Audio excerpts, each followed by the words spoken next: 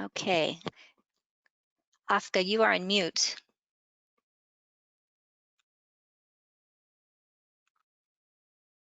Yes, hello everyone. Thank you for sharing this time with us, because we think we have a very important topic today. And thank you, ISPEN, for organizing these lectures, because I think COVID-19 has a large impact on everybody, and especially on children with disabilities. And I'd like to start my talk today with a brief, something is not working the way I like it to work, with a brief definition of children with disabilities, because we see that there are many definitions, but for our working group, this is the one we use, and it's a very simple one.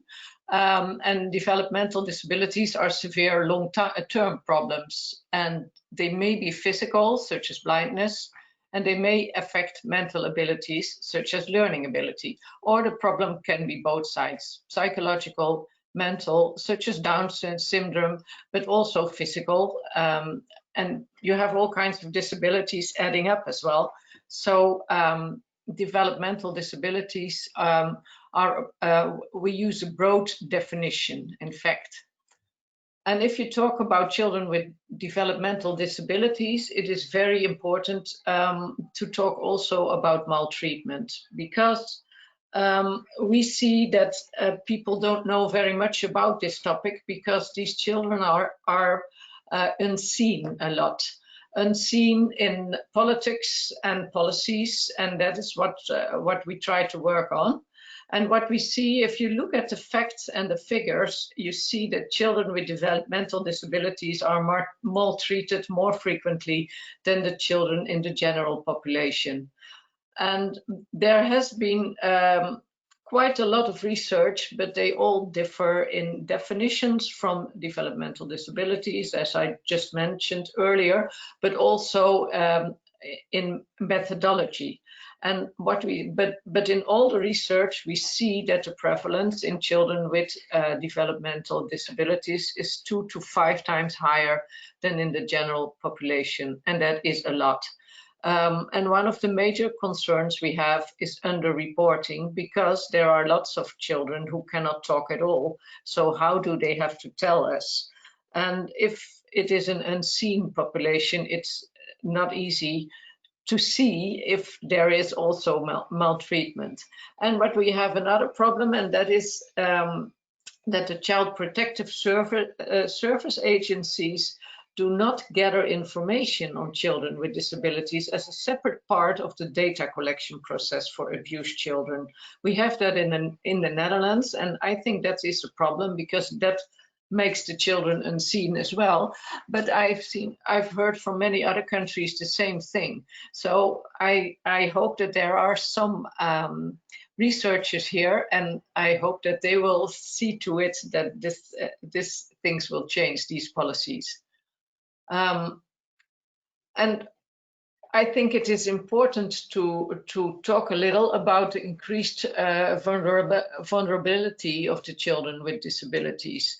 And it is an increased vulnerability on different aspects. The first thing is, if a child is has difficult to handle behavior patterns or communication difficulties, if parents are overstressed, they may become a target of physical abuse, and not only with the parents, but of course also with other caregivers. And sometimes children are unable to communicate their needs. And if that is the case, it is very hard to know what they need, and they may experience greater instances of neglect. And the other part is that disabled children have more relationships of trust with greater numbers of people, and may be unable to distinguish when boundaries are crossed, resulting in potential sexual abuse. If you think about a child with a disability who is not able to provide intimate care for her or himself, then you can imagine that a lot of people have to help this child.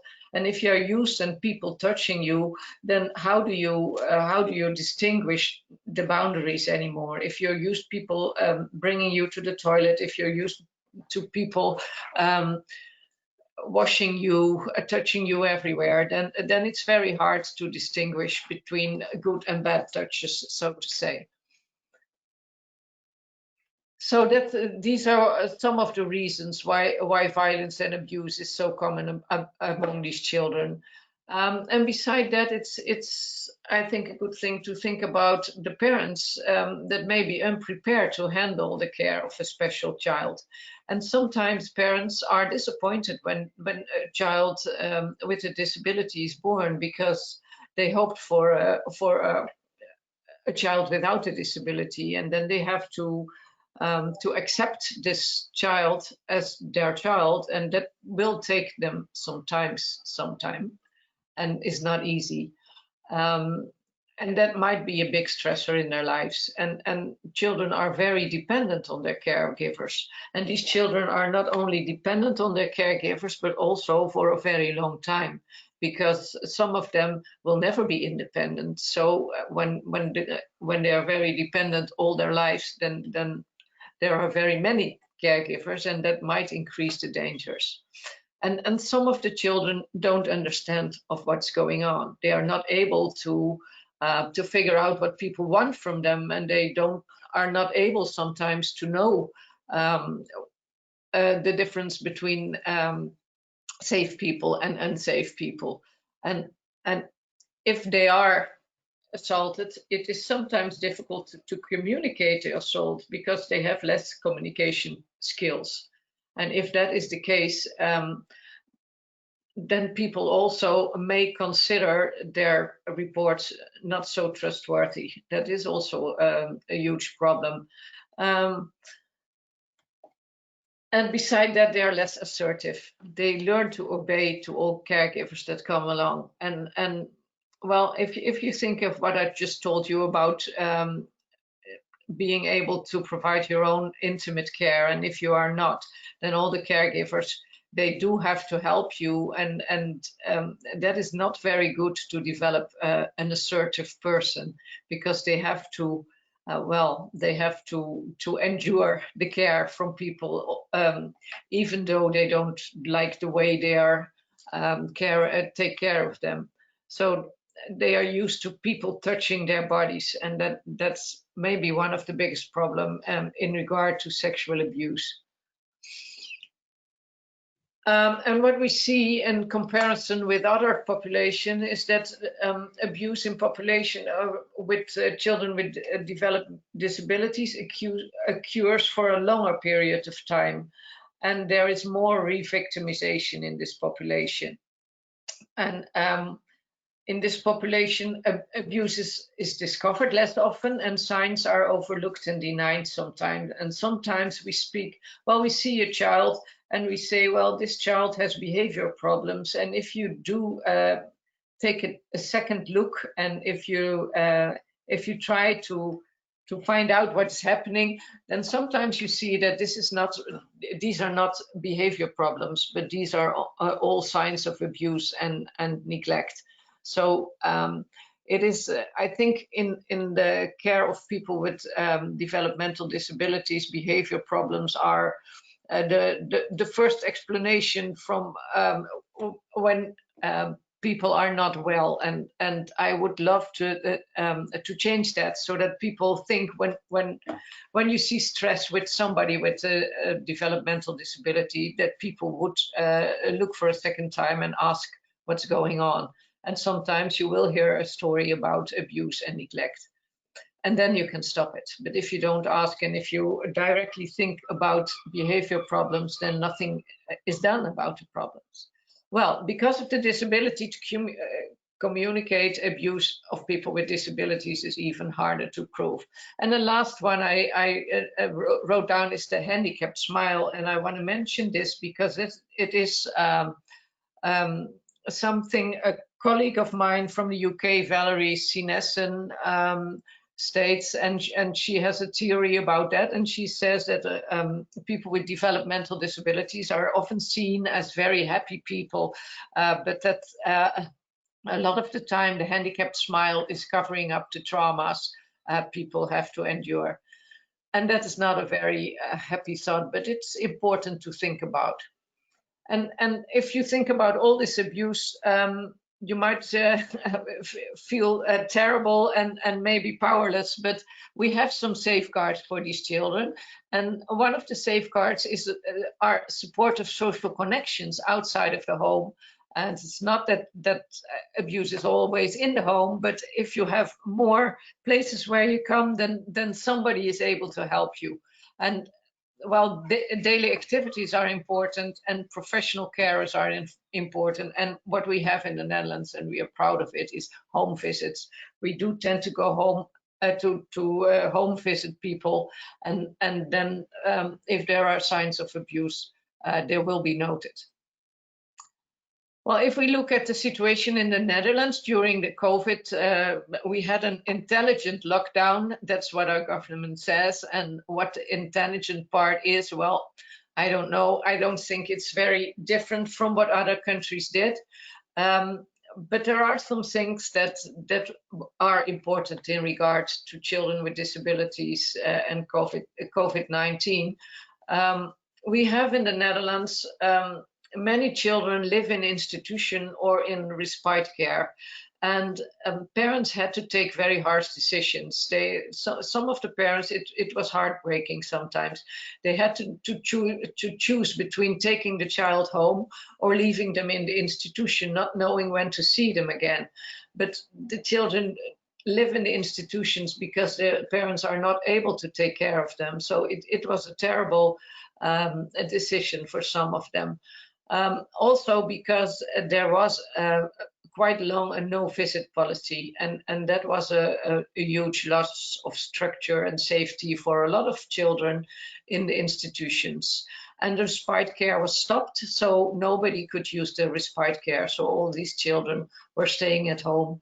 And what we've seen is that a lot of help was stopped. So the underlying medical conditions might not receive adequate attention for lots of the children. And there are frequent underlying medical conditions. And another one of the things we saw is that there was no new assessment possible for new cases because of the lockdown, and there was no new care possible for children in at-risk situations. So I think you can you can conclude that during the lockdown everything was frozen, and that brought some threats. It was for children with disabilities a lot of times a chaos because there were no supports and no safeguards, and parents were overburdened because they had to work at home, take care of their child with developed mental disabilities, and well, they were scared themselves, and the children were scared, and there was a loss of structure and safety, especially during the first weeks. And beside that, homeschooling is very, very difficult for children with disabilities because it doesn't work so good because, well, lots of them don't know how to use the computer. So that led to a loss of structure even more. And what we've seen in the Netherlands, that we also had quite a lot of, quite a few, just what you wanted. I think there were about 1,000 children disappeared in the Netherlands. There was no longer contact with them during the closing of the schools, and they're still not back, all of them. So that's worrisome also. And at the other hand, we saw children with developmental disabilities having more unsafe time online because the parents have to work and had to do their own business, and the children are all alone. And well, you know where the problems are from the when you are online and you don't know how to be safe. So it led to dangers and to isolation as well at the same time. And we had more threats because children didn't understand what was going on. If you look at the concept of COVID-19, it's an abstract disease, not only for the children, but sometimes for the parents as well, because what we see is that we do have quite a few children with developmental disabilities whose parents have a disability as well. So that was very complicated because, well, they had to understand and they didn't know why this was all necessary, and they didn't know how to apply the rules. And well, we tried to make it simple, and what we told the children is, well, we have 2 big steps. You have to be 2 big steps away from everybody, and that was something that worked for quite a lot of the children. And some children we have seen, they challenge the rules. They challenge the rules from everybody. So also in this lockdown situation. So we had children picked up by the police and things like that. And that was not good as well.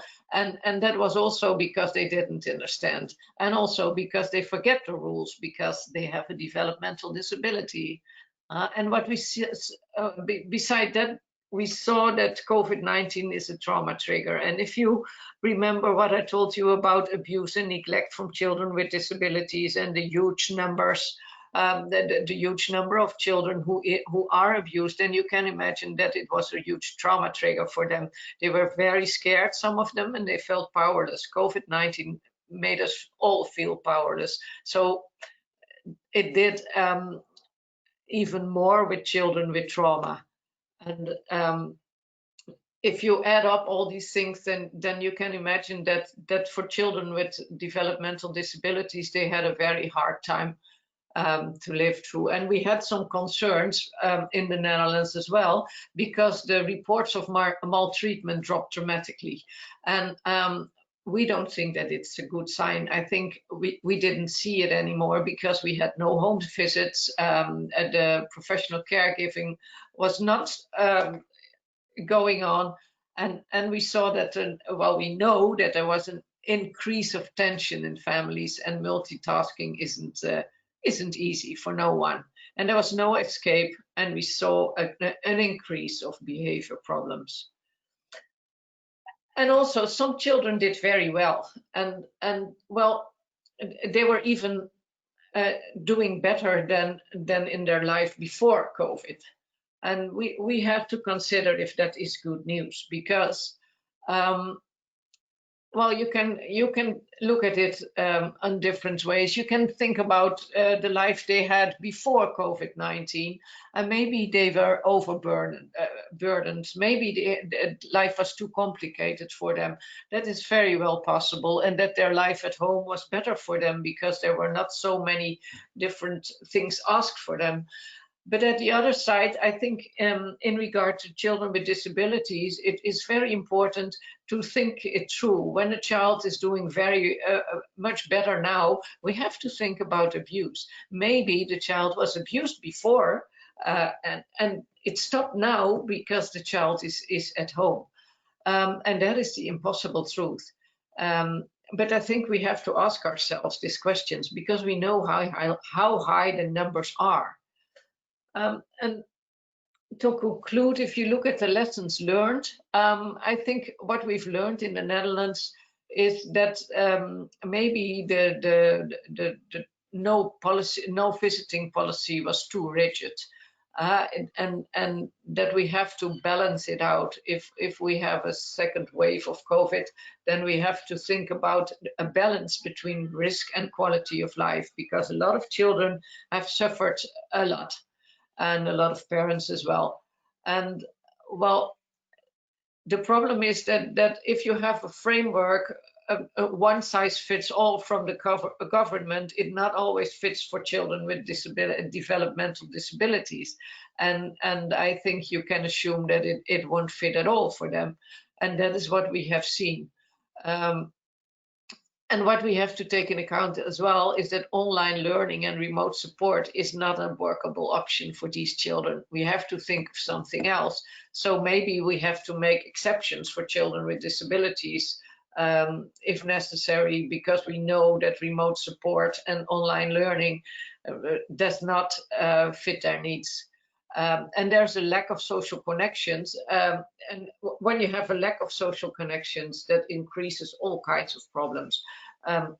Especially when you have a child with a disability and parents are burdened because they have to work at home. There are other children, maybe the house is overcrowded, maybe they lost their job, and it all adds on, and it increases the risk of maltreatment of children with disabilities at first. And we need tailored interventions for parents and their children with developmental disabilities. And I think, to conclude, that safeguarding for abuse, it starts with awareness. And I think in awareness we can all work on it, and we have to work on it. And well, I want to conclude with this man, and he says never give up. And I think that's the spirit we all know and need. During COVID and after COVID as well. We have to work on this and see that if something like COVID-19 is coming along, that we are prepared and that we can tailor the situation to the needs of children with disabilities. Thank you for your attention, and I think I will give back the microphone to Heather, or maybe Nora will come along. Thank you so much, Afka. Yes, I will make Nora the presenter now. Just one moment, please.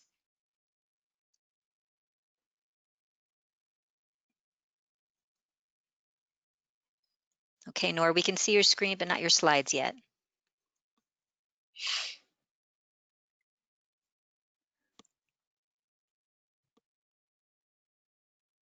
Yes, I'm waiting for the slides. Okay. One moment, everyone.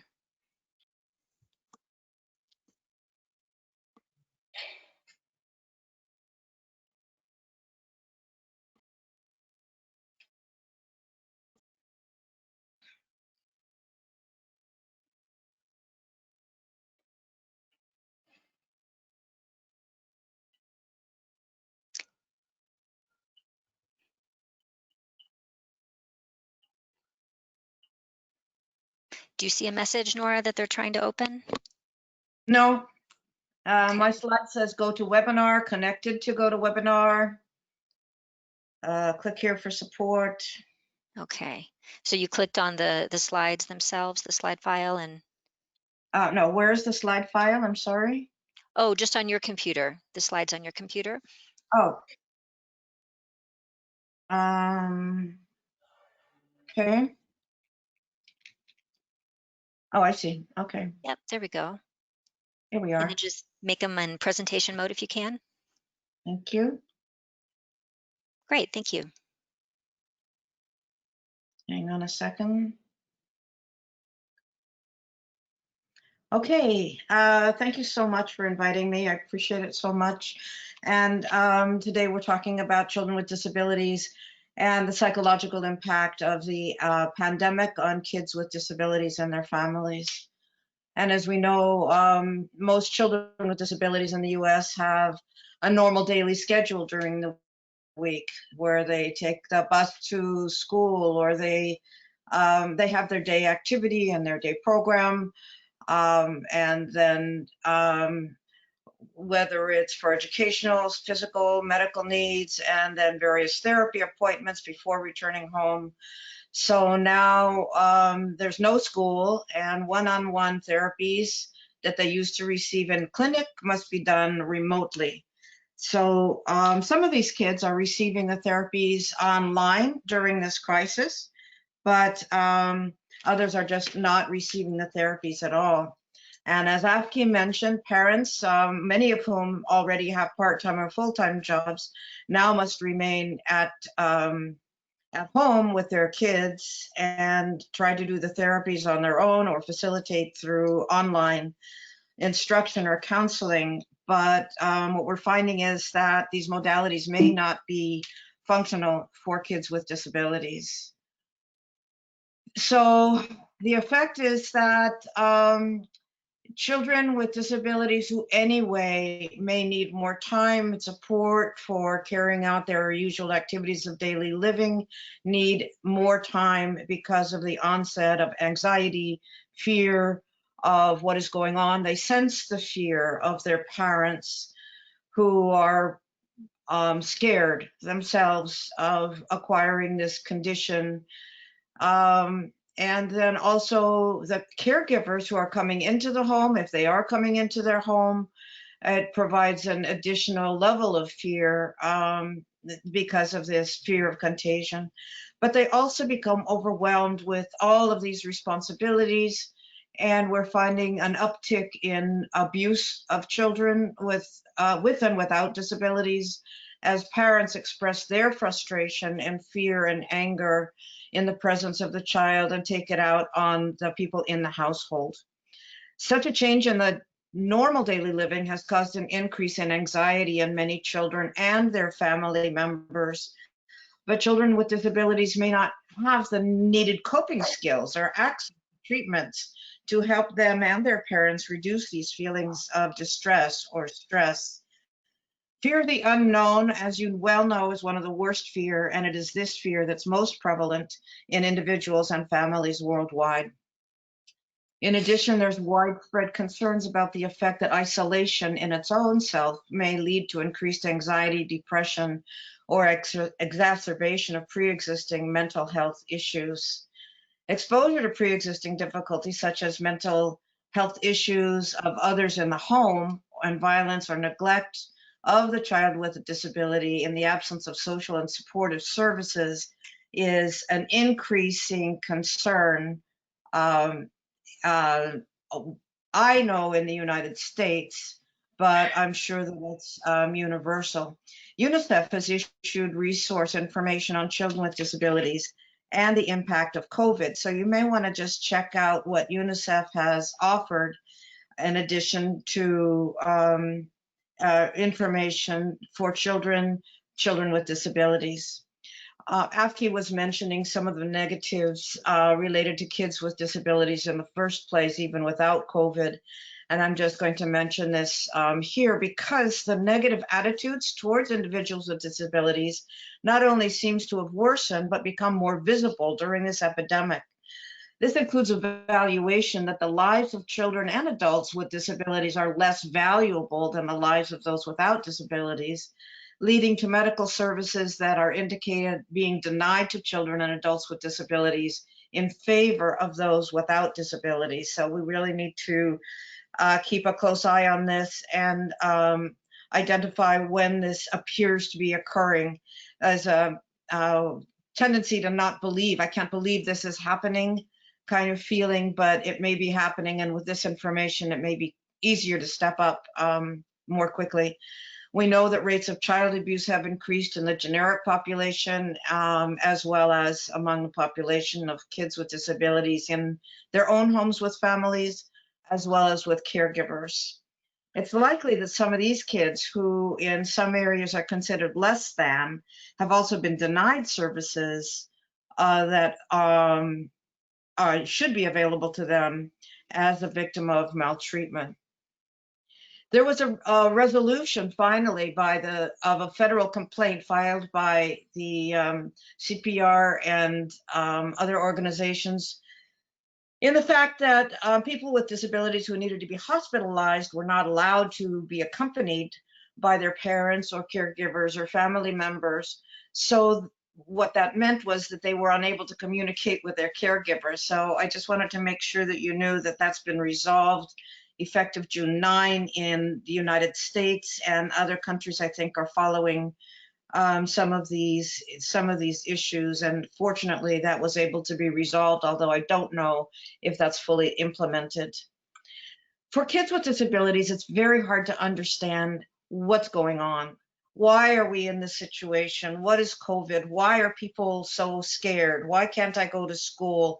With these difficulties with understanding an amorphous thing, you can't touch it, you can't see it. So it's a thought and abstract, and a lot of people with disabilities have difficulties understanding abstract concepts. So that also leads to anxiety, depression, frustration, anger, and expressions of distress. And they may have a more difficulty also adapting to change. I think that change is the hardest thing for most of us, but the reason for change seems to be difficult to understand. And of course, the fear of the unknown is something that we're all experiencing, um, but is also an abstract concept and difficult to grasp. But people with disabilities are often very sensitive, and they feel the fear and the sense of frustration of their parents and other family members, but they don't necessarily have the tools to diminish the fear or the frustration and the stress. So what do children with disabilities need? I think they need the same as other children: stability and dependable schedules. This is, I think, essential to have a timetable for every day to kind of ground ourselves in what we're to do today, what do we do next, in a daily schedule. And they need an understanding of why things have changed and some guesstimate of when things are going to get back to normal living. Many are saying we'll never get back to normal living as we knew it before. And so we need to be able to adapt to some flexibility. They need educational therapy services and a way to distress, to reduce their distress that is felt by most everybody. They need support in carrying out their normal activities of daily living and a way to reduce their own fears, anxiety, disappointments, depression, frustration, and anger, and feel good, even though these are times of many unknowns. So I wanted to describe some family activities that cost nothing, but that may ground children with disabilities and provide them with a sense of safety.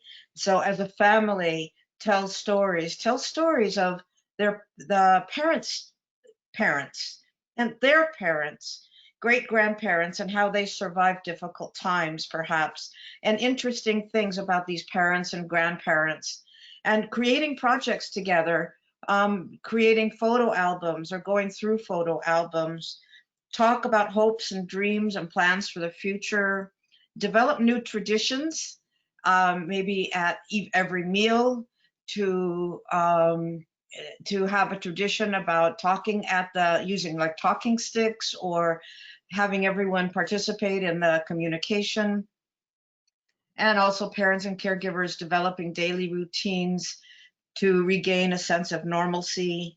Also, it's been found to be very helpful to play calming music in the background or like meditation music together as a family or in a group home, listening to music, dancing, singing, doing art projects, reading together, watching inspirational or funny movies together, and shared enjoyment, things that are not focusing on the problem, but focusing on things that you can do, which is enjoy some time together, telling stories, making up stories, but especially talking about your feelings. I think that's important. It's also important to ground people by finding out what are the facts that we know and what can we do to stay well, and enthusiastically adopting healthy practices such as using a mask, hand washing, social distancing, and even making this fun if you can, which I think we can. I think it's important to often acknowledge that everybody's experiencing some level of emotional discomfort with the changes. Oh, it's not just me. So a child may think, oh, I was scared, but oh, I didn't know my sister was scared. So that's important too, so that we are all kind of in the same boat, and allowing any question for a child to ask if they're verbal, of course, and um, answering questions that they may not know, and presuming understanding is a really important concept. So every day, I think it's important to do self-healing activities. I like ones that are free and ones that anybody can do. Progressive relaxation. You can look up any of these online to get specific techniques. Doing some mindfulness activities, doing guided imagery exercises, again, listening to meditation CDs, acknowledging our feelings, and making a concerted effort to support each other. Also, I wanted to share with you this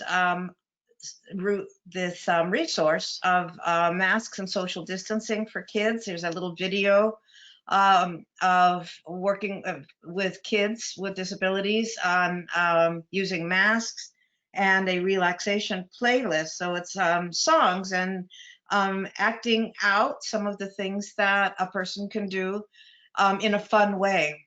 I also wanted to make sure that you know about thought field therapy and how using thought field therapy can reduce and heal from negative feelings such as stress, anxiety, and fear, and some of the feelings and emotional states that we've discussed already today, including nightmares and depression.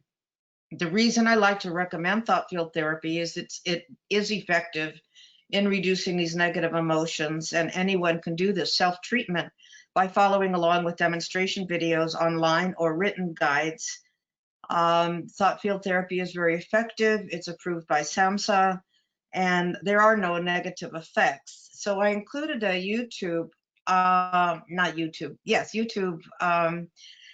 URL to find free videos on how to self-administer thought field therapy treatments to reduce or eliminate the most important feelings I think we're having today is anger, stress, frustration, fear, and also to strengthen the immune system. So just visit tfttapping.com for free demonstrations and guidance. They're in many languages with physical demonstrations of how to self-administer this very effective treatment. Thank you so much for the opportunity to share this with you. I hope that you were able to later use this PowerPoint presentation to grab some of the URLs that I offered, and like to have you also visit disabilitywithout-abuse.com to join with others who are addressing the issues of COVID and children as well as adults who have developmental disabilities. Thank you for this opportunity. Thank you so much, Nora. And we will make sure to also add some of those resources to our working group page for children with disabilities on the ISPCAN website. So thank you so much for sharing those. Now I'll turn it over to Shavina. Thanks, Nora. One moment.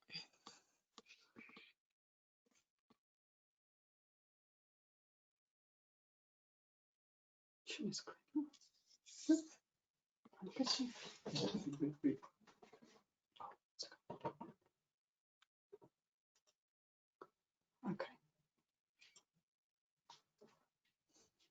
Great, looks good. Okay. All right. Okay. Thank you very much for giving me this opportunity. I'd like to thank the ISPCAN team. And today I'll take you through the non-pharmaceutical intervention of COVID-19. I think we're all looking for a treatment so that when can we come back to our normality. But COVID-19 is there to stay for some time, and we have to have our own public health strategies to see how we can circumvent these problems.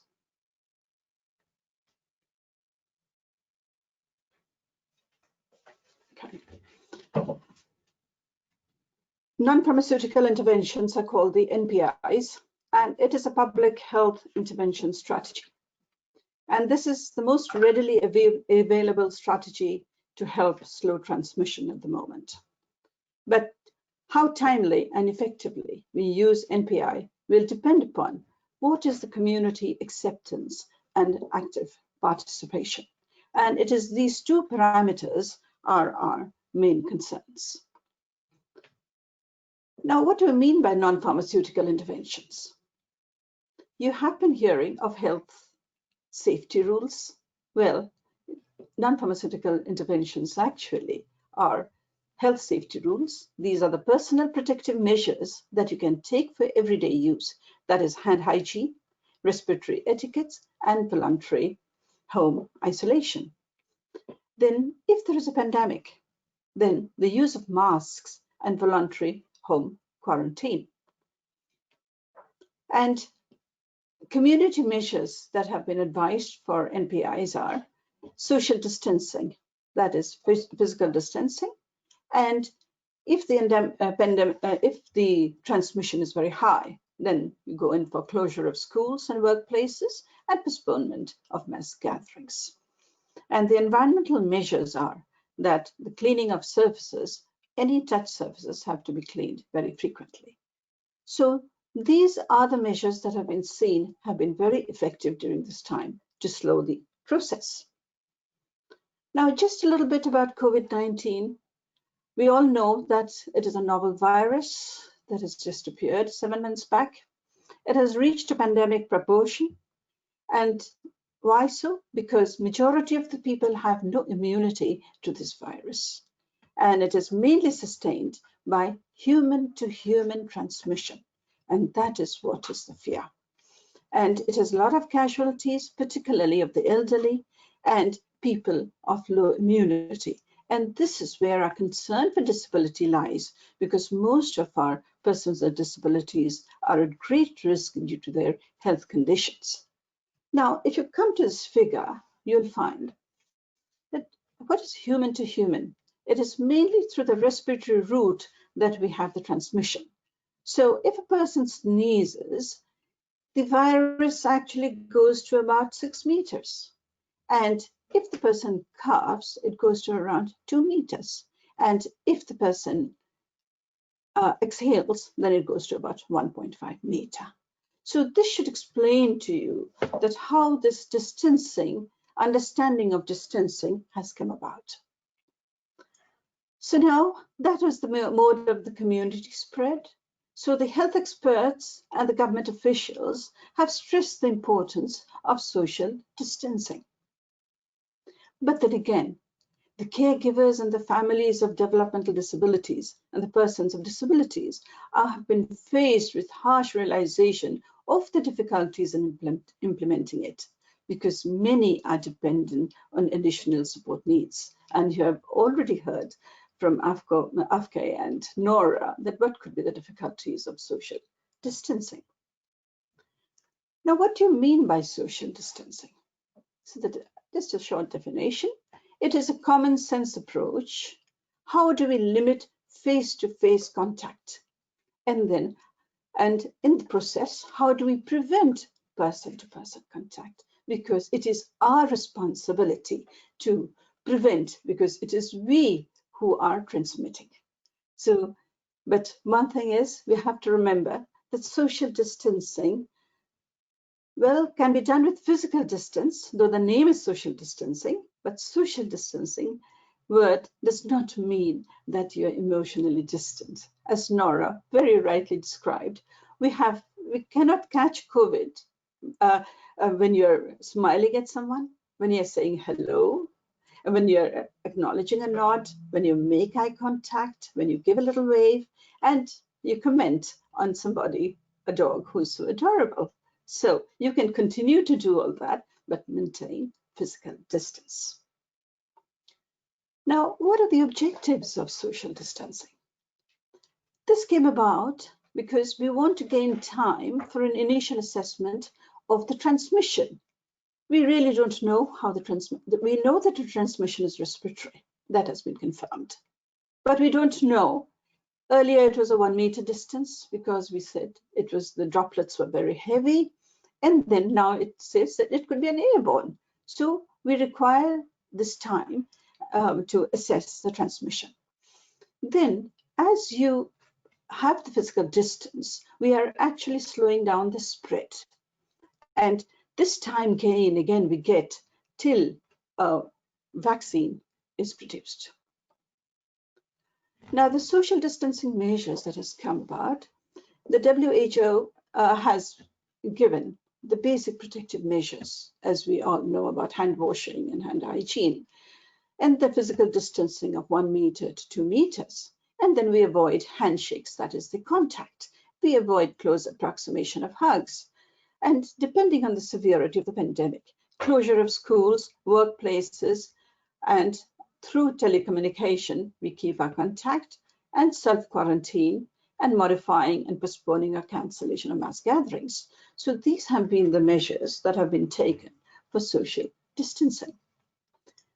And The social distancing has been given in all the settings, in childcare settings, preschool, in all institutions, workplaces, malls, shops, restaurants, worship places, and hence it has caused a chaotic condition that there seems to be a breakdown of the whole structure. Now, some strategies that have been recommended in community transmission is the first thing that we need to do is we have to coordinate with the local health official. And then we come to know what is the status of affairs around your community. Then comes the implementation of multiple distancing strategy has to be used. But then we have to select the strategies because it has to be based on, is it feasible? What is the space available? And what are the needs of the person? And it is these three items is actually making the difference of the social distancing and hygiene around in different countries and different places. Then again, we find that there is a difference as how a developed country has been handling it and how a developing country is handling it. It is again being dictated by the feasibility, space, and needs. And then to top it is, we talk of hand washing, we talk of hand hygiene, but the availability of soap, water, spirit, masks, is this available all over? So all these factors are actually affecting our transmission. Now, the recommendation is that we have to increase physical space. That is one of the most important things that we all need to do. Then we have to limit large groups. And hence, in some places, you find that they have been allowed to group in 50s or allowed to group in 10s because this is the way how we can limit transmission. Then cancellation of assemblies, events, spirit nights. Then in schools and workplaces, we have to increase space between the desks and then turn the desks in one direction and avoid mixing children in recess time. And we have to stagger lunchtime so that we have less people in the cafeteria. Then bathroom usage, the timings can be done. And then we have to stagger arrival and dismissal. And then physical distancing has been recommended. Well, all this has been given for the general population. Now, do we need to rethink when we come to children with disability? Now, you have heard my previous speakers. They have talked about the difficulties and they've talked about the vulnerabilities. Now, having understood the principles, our challenges, now how to impart knowledge to persons with disability. And the current recommendations for one child fits all definition does not suit all the persons with disabilities. This is what we need to remember because additional considerations are needed for them. Now, what are the obstacles that they go through? First of all, it's how is the information being disseminated? Is this being accessible? All the preventive measures and response measures being accessible to the persons with disability. Then comes, we have to understand that every child of disability, different types of disability, process information differently. So we have to remember that we do not make a formula for disability. It cannot be addressed in aggregated terms because every disability has to be given information in a different style. Then comes the barriers that they have to essential health services, and now comes the additional load of the WASH facilities. Then comes the responses, COVID-19 response of quarantine, health facilities, and transport. All these are failing to reach the disabled. And Nora has already talked of the prejudice, of the stigma, of the discrimination, that they cannot contribute and make decisions. And hence, the greatest obstacle that they have is that their needs are not being prioritized. So it is our responsibility, and this webinar is to open minds that it is that we have to empower. I feel what this condition that has been created at present is to empower every individual that they must be able to look after themselves and be able to contribute. And that is how each one, when they contribute, will be respected in society. Now, and the other thing is that those who are working with children with disability must work with government agencies for their rights. So now, what is the way forward? First, if you are managing this child, first you must understand how much you understand about this condition. And then a platform has to be made. You have to ask them what they know about the situation. Now, 7 months have passed. Much information has been disseminated. Now, how much do they know about the situation? Then you have to ask them, can they help in the situation? How can they help? Try to take their suggestions. And what changes do you think you have that they feel that if they contribute, what changes they have to make? So this is the mental preparation that you have to make of every individual with disability. So you must remember of this, there will be various functionalities, and some will be verbal, some will be non-verbal. So we have to use material for them to facilitate their process of communication. So, and then information. We have to provide all information in multiple formats. For blind, we have to use Braille and large prints. And then we have to make websites accessible, because it is only few websites which are accessible. So then, if we are dealing with intellectual disability, you have to use easy to read versions. Now, I have just given an example of the Coronavirus Act 2020 of Down Syndrome Association. That's very nice. It gives you a good idea of how to formulate easy to read material. Then comes the use of pictorials and infographics. This will be helping the children of intellectual disability, hearing impaired, and autism. And then whenever we have videos or all written formats and videos, they must have a text captioning with sign language. Now, remember, when you're handling persons with disability, you'll encounter a variety of functional levels. And then some will be verbal, some will be non-verbal. So whatever toolkit we develop, we have to develop it with every individual in mind. Now, if I come to the specifics of the disability, now, if it is visually impaired, now, you know, these individuals are very heavily dependent on human guidance, and they require touch and smell for feedback. And if there is any limitation of touch, that leads to lack of tactile input, and then the person loses direction. So now, how do we impart social distancing for this person, and then limitation of touch? Then comes the challenges. Challenges depends on the level of the sight loss. And if it is a totally blind, so will depend upon the auditory skills. So if the person is too far, then how does he handle that? And then if there is partial vision, they might be, they have some shape senses. Now with this background, how do we help them? One way is to encourage them to use assistive device. Now, caregivers can hold on the cane. So instead of holding on the person, you can hold on the cane. So that gives the distance. And then the canes can be held on both ends, and then he navigates on verbal command. So this is one strategy which was used in Ghana during Ebola time. Then comes, if you find that you do not have enough caregivers or support, then VWalk sonar equipped canes are available. These can detect objects within 6 feet distance. They work on vibration.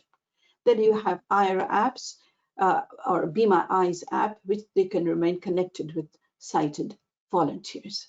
And to maintain hygiene, they must be, one most important thing is they must maintain hand hygiene. And so wet wipes and personal sanitizers must be kept. And so that every high touch areas, the instructions must be given to wipe their hands. And use of masks may be helpful for these children, for these individuals. It's because so that they constantly don't touch the faces, and help them to stay connected with phone and radio. Their provisions should be supplied. And then for transportation, information of bus or transport must be given to them for an understanding of the seat outlay. Then comes for hearing impaired. These individuals are highly dependent on lip reading, on face reading and gestures. So now, if you use mask, that directly inhibits their communication, because now you have to depend upon the eye and the eyebrow. So social distancing for them can mean social isolation. So we have to be very sensitive with these people, because we have to be deaf away when communicating with them. Then all informations to hearing impaired must be in the form of print and pictorials, and any TV or media informations must be accompanied with sign language. And then at home, health safety measures has to be practically shown at home.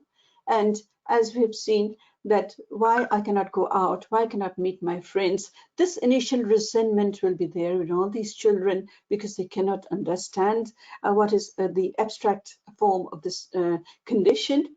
And so you can develop WhatsApp buddy groups or Zoom chats, and encourage Zoom chats so that they come to know from their friends that they're all taking care. And of course, allaying anxiety, which already has been explained by Nora. Then we come to intellectual disability. So intellectual disability, as Afka has already mentioned, that these are children which may forget the rules. So most important is that we have to have very easy to read instructions for them, and we must have a routine, a structured teaching, and modeling.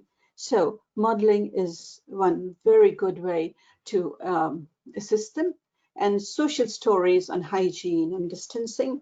Video modeling can be done, and as they forget rules, Corona apps have come out now, which will help them in alarm, vibration, or light signal if they are going beyond boundaries, and help them to remain virtually connected. And of course, exercise, nutrition, music, dance should always be there. Then comes with autism. Now, autism children, as we all know, they like predictability, they like structured activities, they like repetitive activities. And as we have already given the management for intellectual disability, this can be used.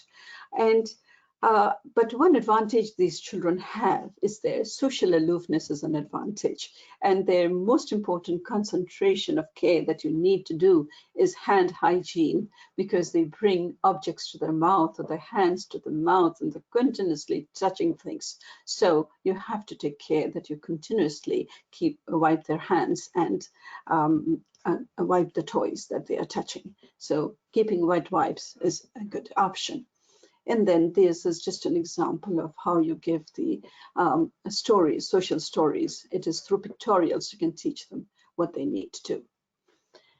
Then coming to motor disability, well, they're limited by mobility, as we know, and hence there is social isolation.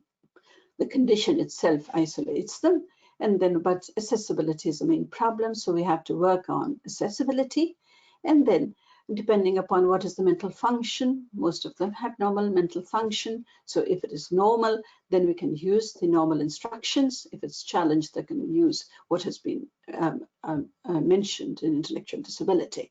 But many of them may be dependent on caregivers for personal care. So for the caregivers have to be very vigilant with their PPEs, that is the personal protection equipments, so that they do not cross-transfer. So this is one thing that needs to be done. And then we have to encourage use of technology to be independent. So now there is, I just read an article saying that now the cerebral palsy individual has written that now the general population will understand what social isolation is. So far we have been isolated, and the general population now understands what social isolation is.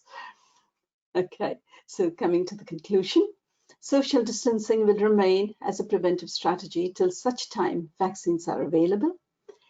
There is a need to empower and facilitate the persons with disability to follow the health safety rules. But we must remember that all programs must be with their presence, participation, and inclusion. Thank you very much for being with us. And don't forget, no planning is to be done without us. Thank you so much, Shabina, and to all of our presenters today for this very interesting and informative information. Now I would like to ask some questions from the audience. And again, just a reminder, we will be posting some of these resources mentioned on our Children with Disabilities Working Group page on the ISPCAN website, which is accessible for everyone. So now for some questions. I'm going to start with Afka. We have an attendee asking if home visits and assessments have resumed completely in the Netherlands, and if not, what is the current situation? At the moment, home visits restarted again, and they were not completely stopped, but I think about 90% of it was stopped when the lockdown was in place. And yet, at the moment, we have more liberty, or how do you call that in English? I'm not sure, but if that is the right word. But now Yes. we don't have so much limits anymore. So I think the advice is still, if you don't have to for social workers and so on, if you don't have to go to the client to do the home visit, then you don't. There is what we want to do is use the computer and calling the clients and making visits outside of the home. So I think that is a problem for the safety of children with disabilities, also for children without disabilities. But I think there's an increased risk at this moment for children. Yes, okay, thank you. And this question maybe for Afka or Nora, I'm not sure, but the question is just a general one about whether during home visits in normal times, if children with disabilities are routinely checked for signs of child sexual abuse or physical abuse. This is Nora. I would say that not. I think that we are not yet at a place where sexual abuse is as widely understood, known to be a high danger for children with developmental disabilities. We're working on that. Increased awareness, particularly among physicians and other nurses, other healthcare providers who may be very skilled in developmental disabilities or disabilities, but not so aware of the risk of abuse and what the signs of abuse are, that, as Afki mentioned, may be identified as behavioral difficulties when in fact they are signs of abuse, something called overshadowing. And I think that we have kind of a long way to go in increasing awareness of the signs of abuse among direct caregivers and then ancillary caregivers such as physicians, psychologists, and speech therapists, etc. Afki, maybe you have something to add. No, I completely agree with you. And the situation in the Netherlands is the same as in the United States, I think. There's no difference. No, Okay. and during home visits, we never check for signs of abuse directly, I think. We don't. Yes, we don't even ask the individual, the child, or even older child, adolescent, about traumatic events they may have experienced or what bothers them, or any direct questions in whatever manner about what might be bothering them or what might be upsetting them, which is not a direct question about abuse, but it gets us a little closer and opens the door for them to be able to say or signal that something may be going on for them. Okay, thank you very much. This is a question probably any of you could speak to. This person works with Child Helplines International, and she's asking, how can child helplines be a resource for children with disabilities in this time, and how can we make sure that they are as accessible as possible? And then we all are quiet. Because that's a difficult question, because a lot of children with disabilities are not able to go online. So, but there are some who does and who do, and I think for them you can make a difference in presenting simple information about abuse or about neglect or about sexual abuse, and maybe you can use non-verbal aids for that. I think that would be a great idea. And if there are children chatting with the helpline, you can ask them what's bothering them, and you can ask direct questions about these things. I think that will be very helpful for them. I think also we can increase awareness of those who serve children with disabilities, teachers' aides, speech therapists, etc., about the incidents of abuse and how they can gently inquire about abuse of their kids that they're serving, but also observe changes of mood, changes in conduct, changes in temperament of children that may or may not be subjected to abuse. Some of the signs of abuse can also be masked as illness, or excuses can be given, but I think that increasing their awareness can go a long way in recognizing signs of abuse that are either verbalized or not verbalized, but expressed in changes in conduct, such as sleeping patterns and eating patterns and mood changes, for example. Exactly. Okay, thank you. And I think this will be our last question today. This is kind of more of a comment from an attendee in Uganda, asking about the importance of raising awareness in communities in regards to social and cultural myths about developmental disabilities that exist in the communities. I don't know if any of you would like to comment or address that. Well, regarding the developmental disabilities, you see, we should not take, we have to spread the message that it is, it's the person first, and then it's the person.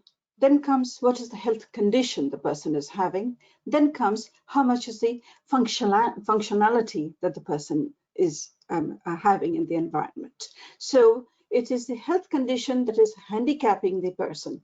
So once you put the matter of disability as a health condition, then you'll find that the people around the support system is going to try to modify that health condition.